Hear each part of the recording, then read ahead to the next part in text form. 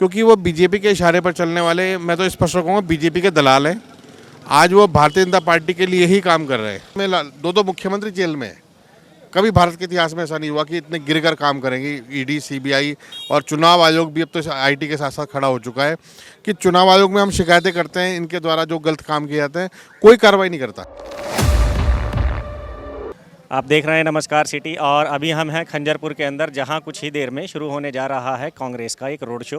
तो अभी हमारी मुलाकात हुई आशीष सैनी जी से, जो कि नेशनल कोऑर्डिनेटर हैं कांग्रेस के। तो बात करते हैं इनसे कुछ। सर, स्वागत है आपका हमारे न्यूज़ चैनल नमस्कार सिटी में। और ये जो आज का प्रोग्राम है, इसके बारे में बताएं थोड़ा हमारे दर्शकों। देखिए, ये तो प्रचार कार्यक्रम है और आज ही हमारा मैनिफेस्टो रिलीज़ हुआ है, जिसमें हमने युवा न्याय की, महिला न्याय की, श्रमिक न्याय की बात की है।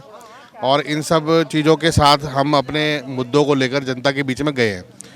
जनता ने मतदान करने के लिए जो निर्णय लिए हैं, हमने उनसे ये निवेदन किया था सब लोगों से कि मुद्दों पर मतदान करें जिनसे आप खुद प्रभावित होते हैं। कुछ मुद्दे ऐसे हैं जो सरकार डिसाइड करती है, तो सरकार के मुद्दों पर ध्यान देने के बजाय, क्योंकि वो तो नफरत फैलाकर अपना उल्लू सीधा करना चाहता है। और आपने अभी देखा ही है कि किस तरीके से चारों ओर से लूटा गया है, पूरे देश को लूटा गया, देश की संस्थाओं को, संसाधनों को लूटने का काम। इलेक्ट्रल बॉन्ड की बात करें, इलेक्टोरल बॉन्ड से पहले भी आप किसी भी फील्ड में जाएंगे, उज्ज्वला योजना में जाएंगे, आप जो इनका आयुष्मान कार्ड है उसमें जाएंगे, जिस चीज़ को भी मोदी जी ने योजना बताकर मंच से कहा है, उसमें घोटाला निकला है और उसमें जनता के धन की लूट हुई है। तो जनता की धन पर जो डाका डाला गया है, तो हमने जब इन पर सवाल उठाए तो इन्होंने विपक्ष के नेताओं पर ऐसी कार्रवाई की, झूठे मुकदमे और उनको जेल भेजने का काम। और जो जेल भेजने के लिए 2018 में पीएमएलआई एक्ट में संशोधन किया कि आपको साबित करना पड़ेगा कि आप निर्दोष हो, तब तक आप जेल में रहेंगे। यानी जब तक निर्दोष साबित नहीं होंगे, वो साबित नहीं कर पाएगा कैंडिडेट, तो वो जेल रहना पड़ेगा। ये 2018 का संशोधन है। तो ये इसीलिए इन्होंने लाया, इनको मालूम था कि अब इनके पैर के नीचे ज़मीन हटकने वाली है। तो पुलवामा के समय, आज हम ये कहते हैं कि पुलवामा का हमला भी इन्होंने कराया, क्योंकि उस वक्त जो देवेंद्र सिंह वहाँ पे कप्तान थे, उसके ठीक 2 साल बाद वो आतंकवादियों को लेकर जाते हुए पकड़े गए। उसकी जांच कभी नहीं हुई। उड़ी हमले की जांच कभी नहीं हुई। उसके बाद प्रधानमंत्री का जो केयर फंड है, उसमें कितना पैसा आया, उसकी कोई जानकारी किसी के पास नहीं है। हमारा अनुमान है लगभग 4 लाख करोड़ रुपए से अधिक जो पैसा है वो इसमें आया। और वो जो पैसा आया है वही इनके जो सरकार गिराने में और कहीं ना कहीं अथाह रूप से खर्च करने में इस्तेमाल हो रहा है। यानी हॉर्स ट्रेडिंग के लिए बोल रहे हैं। बिल्कुल, हॉर्स ट्रेडिंग के लिए 25-25 करोड़ में विधायक खरीदे जा रहे हैं। जरूरत क्या है? आप 5 करोड़ रुपए, 2 करोड़ रुपए खर्च करो, अपना विधायक बना लो। लेकिन राजनीतिक रूप से भाजपा बांझ हो चुकी है। उन्हें अपने कार्यकर्ताओं पर, अपने नेताओं पर भरोसा नहीं है। इसलिए कांग्रेस के लोगों को अपने यहाँ टिकट भी दे रहे हैं, कांग्रेस के लोगों को राज्यसभा में सांसद बना रहे हैं, कांग्रेस के लोगों को ही ले जा रहे हैं। इनके अपने विचारधारा समाप्त हो चुकी है। इसलिए हमारा ये कहना है कि देश में वो सरकारें आए जो संविधान को मानती हो और लोकतंत्र की रक्षा करती हो। दूसरी ओर भाजपा के लोगों का कहना है कि कांग्रेस खत्म हो चुकी है, इसलिए कांग्रेस के लोग भाजपा को ज्वाइन कर रहे हैं। और हाल फिलहाल में देखा भी गया, आपको भी पता है, अभी हाल ही में रावत जी के बहुत ही ज़्यादा करीबी लोग जो हैं बीजेपी को ज्वाइन कर गए। नहीं, निश्चित रूप से भाजपा के दृष्टिकोण से ठीक है, उन्होंने कांग्रेस को खाली कर दिया। अब मतलब समुद्र से वो 10 बाल्टी निकाल कर कह रहे हैं कि हमने समुद्र खाली कर दिया, तो ये उनका भ्रम है। लेकिन हम ये कह रहे हैं कि हम कांग्रेस जो है वो भारतीय राजनीति का, कहते हैं कि एक तरह से आत्मा के समान है। और हम फिर भी अपने सभी दलों के साथ मिलकर एक के सामने एक कैंडिडेट लड़ा रहे हैं, ताकि मतों का बिखराव ना हो और मजबूती से लोकतंत्र बचाने की लड़ाई लड़ी जाए। सभी दलों में सहमति है कि हम अपनी लड़ाई बाद में लड़ लेंगे, लेकिन पहले लोकतंत्र बचना जरूरी है। अगर यहाँ तानाशाही आ गई, यहाँ क्रोनिक कैपिटलिस्ट आ गए, बैठ गए, तो देश में कुछ भी बचने वाला नहीं है अब। लेकिन देखा गया इलेक्शन से पहले इस गठबंधन में, इंडिया अलायंस में टूट फूट भी बहुत ज़्यादा हुई है। नहीं, नीतीश कुमार जी के अलावा कोई टूट फूट नहीं हुई। और उसमें सभी लोगों का एक स्पष्ट मानना था कि नीतीश कुमार जी ने अपना जो वर्जन पलटा है, उसका कोई कारण नहीं है। बिना कारण के उन्होंने अपने आप को पलटने का काम किया। और आज इंडिया गठबंधन के ऊपर कितने मुकदमे, 2 मुख्यमंत्री जेल में हैं। कभी भारत के इतिहास में ऐसा नहीं हुआ कि इतने गिर कर काम करेंगे। ईडी, सीबीआई और चुनाव आयोग भी अब तो आईटी के साथ साथ खड़ा हो चुका है कि चुनाव आयोग में हम शिकायतें करते हैं, इनके द्वारा जो गलत काम किए जाते हैं कोई कार्रवाई नहीं करता। तो आज वास्तव में लोकतंत्र तो समाप्त हो ही चुका है। हम तो कह रहे हैं कि ये चुनाव में अगर हम पलट देंगे तो सरकार बचेगी, सरकार बदलेगी तो लोकतंत्र बचेगा। सरकार बदलना बहुत जरूरी है, इसके लिए हम सब लोग एकजुट हैं। लेकिन एक तरफ आप कह रहे हैं चुनाव आयोग भी भाजपा के साथ है, तो फिर अब चुनाव तो आयोग के हाथ में ही है ना, फिर कैसे आप अपने कैंडिडेट को जिताओ? नहीं, चुनाव आयोग इसलिए उनके साथ है, हम ये बात आरोप लगा रहे हैं, ईवीएम मशीन पर वीवीपैट पर्ची गिनने की बात कही गई, वो उस पर फैसला क्यों नहीं दे रहे हैं?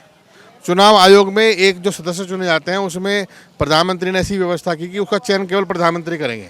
उसमें एक विपक्ष का नेता और एक सरकार का मंत्री, जो उसमें सुप्रीम कोर्ट के जज थे, उनको हटा दिया गया। तो यानी हर चीज़ पे कंट्रोल कर लिया गया है। तो हमें चुनाव आयोग की निष्पक्षता पर सवाल है, लेकिन हम कहते हैं कि हम लोकतांत्रिक लोग हैं, हमें इस देश पर भरोसा भी है। हमें लोगों पर भरोसा है कि ईवीएम में सेटिंग करने के बाद, तमाम गड़बड़ियाँ करने के बावजूद भी अगर हम 5-10% वोट के अंतर से विजयी रहे, आगे रहे, तो ये हमें जीता हुआ घोषित नहीं करेंगे। हमें 20-25% वोट अगर इस देश से मिलेगी तो निश्चित रूप से कितनी भी गड़बड़ियाँ कर लें, प्रत्याशी हमारे ही जिताने घोषित करने पड़ेंगे। और हम लोग फिर इस देश में उस लोकतंत्र को स्थापित करेंगे जो हम 70 साल से इसके लिए कोशिश करते रहे। अच्छा, ईवीएम पे जो सवाल उठते रहे हैं, लेकिन जहाँ तक मैं जानता हूँ ईवीएम तो जब कांग्रेस थी सेंटर में तभी आ चुकी थी। सवाल अभी क्यों? नहीं, कांग्रेस पार्टी लाई, लेकिन कांग्रेस ने ईवीएम में सेटिंग नहीं की। भारतीय जनता पार्टी 20-20, 30-30 हज़ार करोड़ रुपए इकट्ठा करके अमेरिका की कंपनियों के साथ तालमेल करके भाजपा के पदाधिकारियों को उन कंपनियों में डायरेक्टर बना के ईवीएम में सेटिंग कर रही है। पहले कभी ऐसा नहीं हुआ। यानी टेक्नोलॉजी के साथ छेड़छाड़ किया जा रहा है। ईवीएम में कोई कमी नहीं, लेकिन उसको सेट कर दिया जाता है। ईवीएम अपने आप में एक मशीन है, कैलकुलेटर है, उसमें कोई गड़बड़ी नहीं हो सकती, लेकिन अगर गड़बड़ी करेंगे तो हो भी सकती है।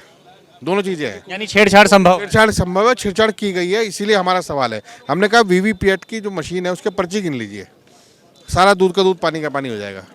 अब ये वीवीपैट की पर्ची जब पिछली 2019 के चुनाव में जब सुप्रीम कोर्ट ने उनको कहा कि इनको रिजर्व रखो, इन्होंने उसमें आग लगा कह दी, वो जल गई है, ख़त्म हो गई। अब ये बात मीडिया में या कहीं भी चर्चा में नहीं आएगी, कहते हैं खत्म हो गई, बस नहीं मिले। 19 लाख मशीन गायब कर दी, तो ये किस लिए है? 19 लाख कारें गायब नहीं हुई, लेकिन 19 लाख मशीनें गायब हो गई हैं।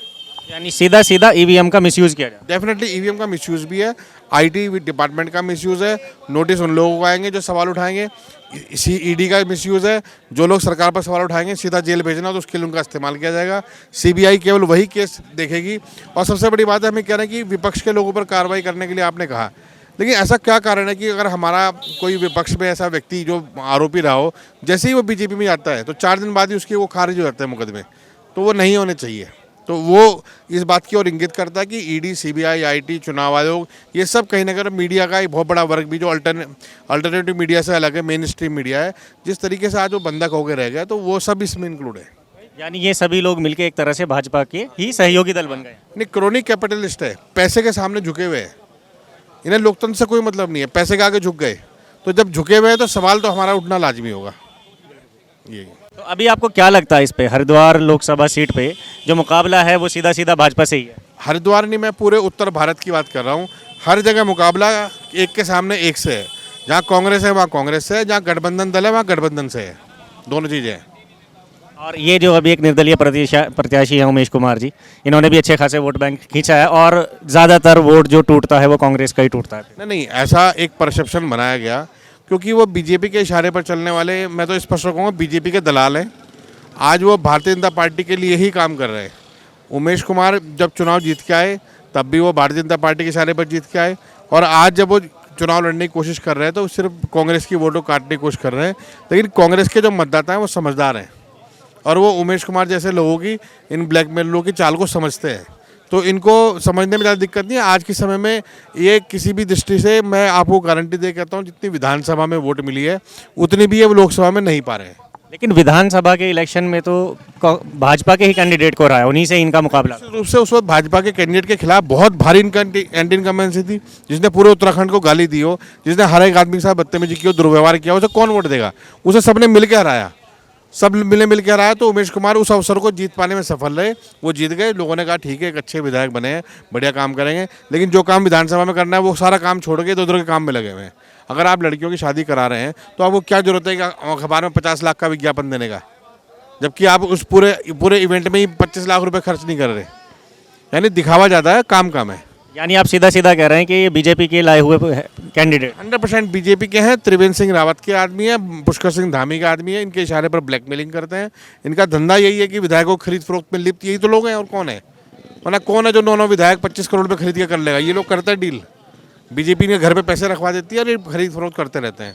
तो आज भी ये उसी पैसे का इस्तेमाल कर रहे हैं, और केवल कांग्रेस को कमज़ोर करने के लिए। लेकिन सबसे बड़ी दिक्कत है, जनता समझदार ज़्यादा हो गई। अब वो इनकी चालें समझती है ऐसे लोगों की, तो उनको अब इन्होंने बाहर किया हुआ है। अभी बसपा के जो एक कैंडिडेट आए हैं मौलाना जमील कासमी, तो मुसलमान और दलित वोट बैंक बसपा का माना जाता है एक तरह से, तो इसका भी फ़र्क पड़ना ही है जाहिर सी बात। नहीं, मेरा ये मानना है कि जो बसपा का जो ट्रेडिशनल वोट है केवल वही उनको जाएगा जो केवल बहुजन समाज पार्टी का कमिटेड वोट बैंक है। ऐसा कोई नया वोट अपने साथ जोड़ पा रहे हैं या नहीं जोड़ पा रहे हैं, ऐसी कोई स्थिति नहीं बन रही है। और हम भी उन मतदाताओं से निवेदन कर रहे हैं कि इस लड़ाई में भले ही बहन जी साथ ना आ पाई हों, उनको ईडी सीबीआई का डर हो, लेकिन आपको किस चीज़ का डर है? आप अपना मतदान कांग्रेस के पक्ष में कीजिए और इन तानाशाही सरकारों को हटाने का काम कीजिए। आपकी तरफ से कोई संदेश नए बनने वाले मतदाताओं के लिए? नहीं, नए मतदाताओं को तो मैं कहूँगा कि अपने मुद्दों पर वोट दें और राजनीति में मुद्दों पर मतदान करना सीखें। अपनी समस्याओं को, अपने आसपास की समस्याओं को समझें, उसके आधार पर वोट दें। केवल किसी बहुत बड़ा होर्डिंग देख लिया या बहुत बड़ा प्रचार देख लिया उसके आधार पर मतदान ना करें। मतलब हवा में ना बहें, एक मजबूत नागरिक की तरह सोच समझ कर वोट करें और निश्चित रूप से करें। ठीक है सर, बड़ा अच्छा लगा आपसे मिलके, थैंक यू।